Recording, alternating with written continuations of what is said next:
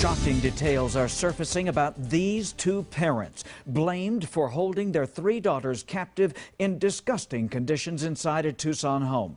The girls describing a personal hell and what got them through it. Good evening. Sophia and Fernando Richter were in court first thing this morning, where they were charged with kidnapping and abuse. Stepfather Fernando is also charged with sexual assault. Police say the Richters held their three daughters captive inside a home near Glen and Stone. The girls, ages 12, 13, and 17, were filthy and malnourished. Yesterday morning, the two younger girls escaped through a bedroom window and went to a neighbor's home for help. We have extensive 9 on Your Side team coverage from family and neighbor reaction to the latest from the police investigation. Stella Inger joins us now. She is live in the neighborhood. And Stella, I would imagine people are just trying to put this all together, the neighbors. Guy, this does not make sense at all. This is usually a very quiet neighborhood, but not after what was discovered in this home behind me. You know, police are back out here. This is an active investigation. This is an active crime scene. They've been walking around the house, inside the home. This is where the family lived. But tonight, police are investigating a second home. This other home is located in Catalina. Police Chief Roberto Villaseñor said during today's news conference they believe the Richter family lived in the home prior to moving to Tucson. We'll have more on this latest development coming up in just a few minutes. But you know what? We got our first look at Sophia and Fernando Richter earlier this morning. They were in court. I want to bring in Craig Smith with more on this. What happened in court this morning? Well, you know, this was a very preliminary hearing, so the couple really didn't reveal very much. What was more revealing was what we heard from family members before and after that hearing. Because the children are children. We may never see their faces, but we can see the faces and hear the voices of the adults charged with making their home into a prison. You are Fernando Richter. And you are Sophia Richter.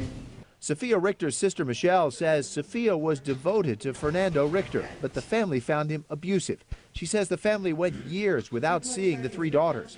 Michelle, who did not want to show her face on camera, describes Fernando Richter as someone who treated kids like objects to be collected. When I hung around with them, 2.5 years ago, I seen, what he was saying about them. They were nothing but, a collection. Like, he would keep receipts on them, and that's pretty much when I told him, I says, you don't love my nieces, they're nothing but a receipt to you. Family members say they did not know anything about this house, but they say they never quite believed the claim the family was living happily in San Diego.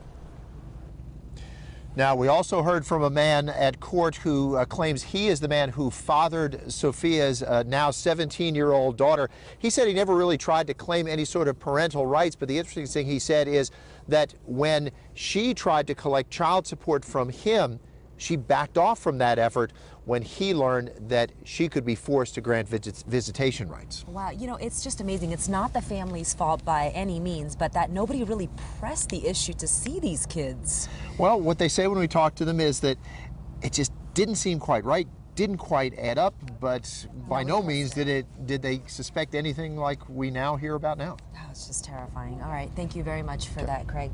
And Tucson police, they actually briefed us on this investigation twice today. Marcelino Benito has been out there today, all day at TPD headquarters, and he joins us live with what the police chief had to say. And Marcelino, the more we hear this, it's just horrific what happened to these girls.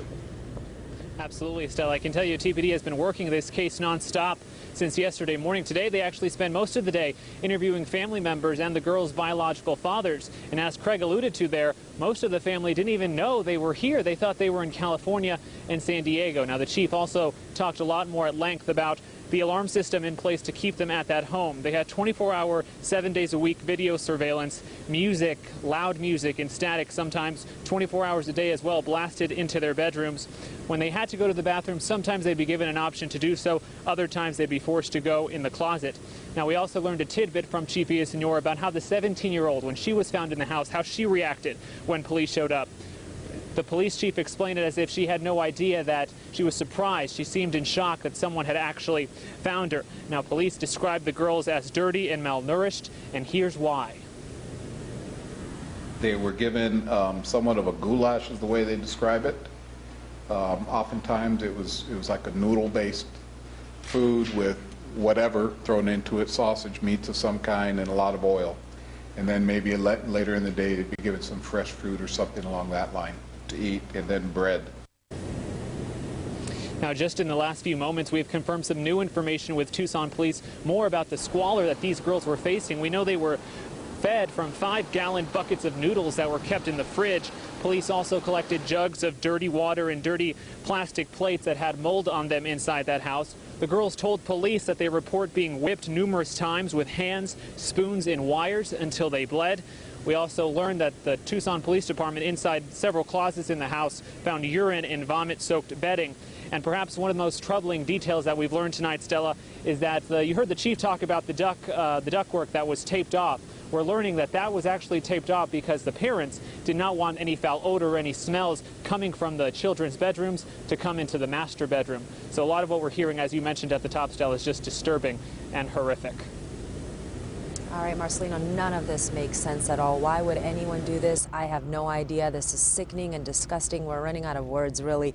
But you know what? The homes here in this neighborhood are very close together, but the neighbors really had no clue as to what was going on. I want to talk to Ricky Mitchell, who joins me live now. And Ricky, you talked to one of the neighbors, the neighbor who actually called police when the two girls came running to his house, knocking on the door, saying, "Help."